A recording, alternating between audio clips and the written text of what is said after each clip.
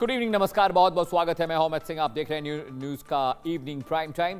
राजधानी दिल्ली, जहां लोग रोज अपनी जिंदगी में व्यस्त रहते हैं, लेकिन इन्हीं सड़कों पर भीड़ और बाजारों के बीच कथित तौर पर चल रहा था मौत के सामान का ऐसा नेटवर्क, जो सरहद पार से विदेशी हथियार लाकर गैंगस्टर तक पहुंचा रहा था। और हैरानी की बात यह है कि इस नेटवर्क के तार सिर्फ दिल्ली नहीं बल्कि कई बड़े गैंग्स और सरहद पार जुड़े बताए जाते हैं। रिपोर्ट देखिए। दिल्ली, दिन में भीड़, रात में चहल पहल, लेकिन इसी शहर में चुपचाप तैयार हो रहा था एक ऐसा नेटवर्क जिसकी परतें खुली तो जांच एजेंसियां भी हैरान रह गईं। सब कुछ इतनी खामोशी से चल रहा था कि आम लोगों को तो दूर, लोकल स्तर पर कई एजेंसियों को भी इसकी पूरी गहराई का अंदाजा नहीं था। ये कोई सामान्य हथियार तस्करी नहीं थी, क्योंकि यहाँ बात हो रही थी विदेशी पिस्तलों, ऑटोमेटिक वेपन्स और हाई ग्रेड गन्स की। ऐसे हथियार जो आमतौर पर फिल्मों, इंटरनेशनल गैंग्स या बड़े शूटआउट्स में सुनाई देते हैं।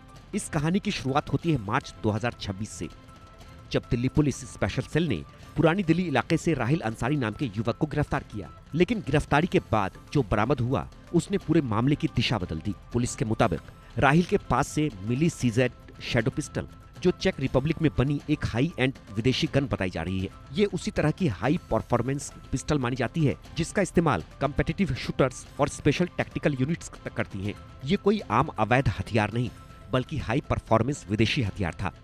यहीं से पुलिस को अंदाजा हुआ कि मामला किसी छोटे गैंग या लोकल सप्लायर का नहीं, बल्कि कहीं ज्यादा बड़ा है। राहिल अंसारी की गिरफ्तारी से खुले तार, दिल्ली में हाई ग्रेड गन्स की एंट्री, सीजेड शैडो पिस्टल से खुला राज।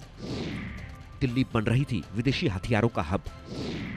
स्पेशल सेल के हाथ लगा बड़ा सुराग, इंटरनेशनल वेपन्स नेटवर्क का बड़ा खुलासा।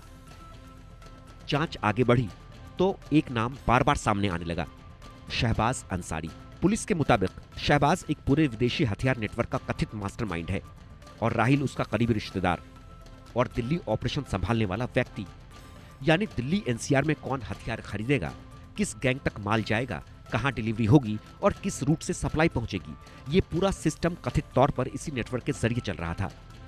जांच एजेंसियों के मुताबिक ये नेटवर्क कोई नया नहीं था, बल्कि वर्षों से चल रही एक कथित सप्लाई चेन का हिस्सा था। लेकिन असली सवाल अब भी बाकी था, आखिर ये विदेशी हथियार भारत तक पहुंचते कैसे थे? और यहीं से सामने आई एक इंटरनेशनल सप्लाई चेन की कहानी। पुलिस जांच के मुताबिक पहले हथियार विदेशी संपर्कों के जरिए वेस्ट एशिया पहुंचते, फिर वहां से नेपाल में कथित तौर पर हथियारों को पार्ट्स में अलग अलग भेजा जाता ताकि चेकिंग और स्कैनिंग में शक न हो।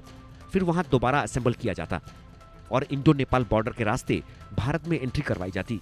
इसके बाद यूपी के खुर्जा इलाके में स्टॉक रखा जाता, जहां से दिल्ली, एनसीआर, यूपी, बिहार और दूसरे राज्यों के गैंग्स तक सप्लाई की जाती। शहबाज अंसारी ही मास्टरमाइंड। दिल्ली एनसीआर में राहिल चला रहा था सप्लाई नेटवर्क।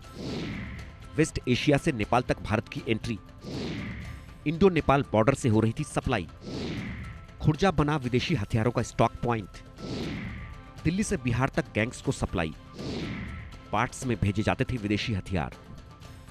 और जैसे जैसे जांच आगे बढ़ रही थी, एजेंसियों के सामने इस नेटवर्क का आकार भी बड़ा होता जा रहा था।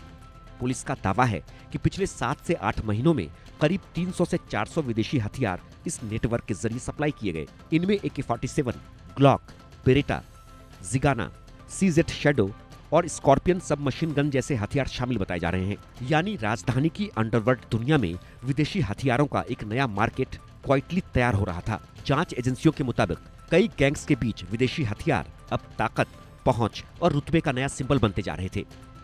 दिल्ली की गलियों में घूम रहे कई गैंगस्टर्स के हाथों में जो विदेशी पिस्टल दिख रही थी, पुलिस अब उनकी कहानी जोड़ रही थी और हर सुराग जाकर रुक रहा था शहबाज अंसारी के नेटवर्क पर।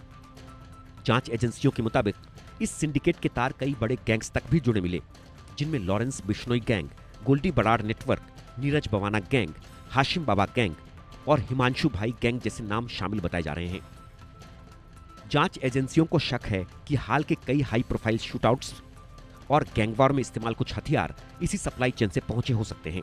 सिद्धू मूसेवाला हत्याकांड, अतीक अशरफ शूटआउट, सुखदेव सिंह गोगामेडी मर्डर और बाबा सिद्दीकी हत्याकांड जैसे मामलों में इस्तेमाल विदेशी हथियारों के पैटर्न को भी एजेंसियां जोड़कर देख रही हैं।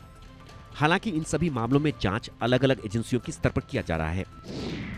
लॉरेंस बिश्नोई से हिमांशु भाऊ गैंग तक कनेक्शन, हाई प्रोफाइल शूटआउट से जुड़ रही सप्लाई चेन, सिद्धू मूसेवाला से बाबा सिद्दीकी केस तक कनेक्शन, क्या गैंग वॉर्स में इस्तेमाल हुए इसी नेटवर्क के हथियार, AK-47 ग्लॉक स्कॉर्पियन तक पहुंच रहा था हथियार, 7 महीनों में 300 से 400 विदेशी हथियार सप्लाई, गैंगस्टर्स के बीच विदेशी गन्स का बढ़ता क्रेज, विदेशी हथियार बन चुके थे नया स्टेटस सिंबल। शहबाज अंसारी का नाम पहली बार सामने नहीं आया। उसे 2022 में सिद्धू मूसेवाला केस में भी गिरफ्तार किया गया था, जहां आरोप था कि उसने गैंगस्टर तक विदेशी हथियार पहुंचाए। लेकिन कहानी यहां और ज्यादा चौंकाने वाली हो जाती है। 2025 में शहबाज को पत्नी के इलाज के आधार पर इंटरिम बेल मिली। कोर्ट ने शर्त रखी थी कि उसका फोन ऑन रहेगा और लोकेशन लगातार शेयर करनी होगी। लेकिन पुलिस के मुताबिक कुछ ही समय बाद फोन बंद हो गया, लोकेशन गायब हो गई और शहबाज फरार हो गया। जांच एजेंसियों को बाद में शक हुआ कि मेडिकल दस्तावेजों में भी गड़बड़ी हो सकती है। पुलिस का दावा है कि फरारी के बाद शहबाज नेपाल के रास्ते विदेश भाग गया और वहीं से नेटवर्क ऑपरेट करता रहा, यानी कथित मास्टरमाइंड देश से बाहर था। लेकिन दिल्ली में उसका सप्लाई सिस्टम चलता रहा। इसी दौरान जांच एजेंसियों के सामने ड्रोन सप्लाई एंगल भी आया, जहां शक जताया गया कि कुछ हथियार पंजाब बॉर्डर पर ड्रोन के जरिए भी भेजे गए हो सकते हैं। जांच में एक और बड़ा खुलासा हुआ। पुलिस के मुताबिक शहबाज ने ये नेटवर्क अपने पिता कुर्बान अंसारी से संभाला था, जो कथित तौर पर यूपी के खुर्जा इलाके में इलेक्ट्रिकल शॉप की आड़ में यह कारोबार चलाता था। 2019 में पिता की मौत के बाद शहबाज और उसके भाई ने इस नेटवर्क को और बड़ा बना दिया। पिता से बेटे तक पहुंचा विदेशी हथियार नेटवर्क। सिद्धू मूसेवाला केस में भी आया था शहबाज का नाम। इंटरिम बेल के बाद फरार हुआ था शहबाज। देश से बाहर बैठकर ऑपरेट हो रहा था नेटवर्क। ड्रोन के जरिए पंजाब बॉर्डर तक हथियार सप्लाई। अब तक इस नेटवर्क से जुड़े 15 से ज्यादा आरोपी गिरफ्तार किए जा चुके हैं। 20 से ज्यादा विदेशी हथियार, सैकड़ों कारतूस और कई इलेक्ट्रॉनिक सबूत एजेंसियों के हाथ लगे हैं। दिल्ली पुलिस ने कुछ आरोपियों पर UAPA जैसी गंभीर धाराएं भी लगाई हैं और अब जांच इस एंगल से भी की जा रही है कि क्या इस नेटवर्क के तार किसी हॉस्टाइल फॉरेन एजेंसी या ISI लिंक से भी जुड़े थे। जांच एजेंसियों का मानना है कि ये मामला सिर्फ अवैध हथियारों तक सीमित नहीं, बल्कि राजधानी की क्राइम इकोसिस्टम में तेजी से बढ़ रही विदेशी हथियार कल्चर की तरफ भी इशारा करता है, जहां गैंग्स अब देसी कट्टों से आगे बढ़कर इंपोर्टेड वेपन्स की तरफ शिफ्ट हो रहे हैं। कई आरोपी गिरफ्तार, 20 से ज्यादा विदेशी हथियार बरामद, सैकड़ों कारतूस और इलेक्ट्रॉनिक सबूत एजेंसियों के हाथ, हॉस्टाइल फॉरेन एजेंसी से जुड़े थे तार, राजधानी में बढ़ रहा विदेशी हथियार कल्चर, देसी कट्टों से इंपोर्टेड वेपन्स तक गैंग्स का शिफ्ट। दिल्ली का क्राइम इकोसिस्टम बदल रहा है।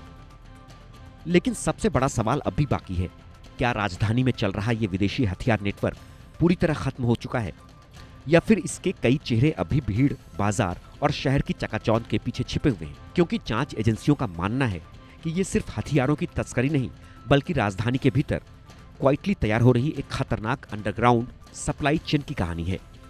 Bureau report, India news.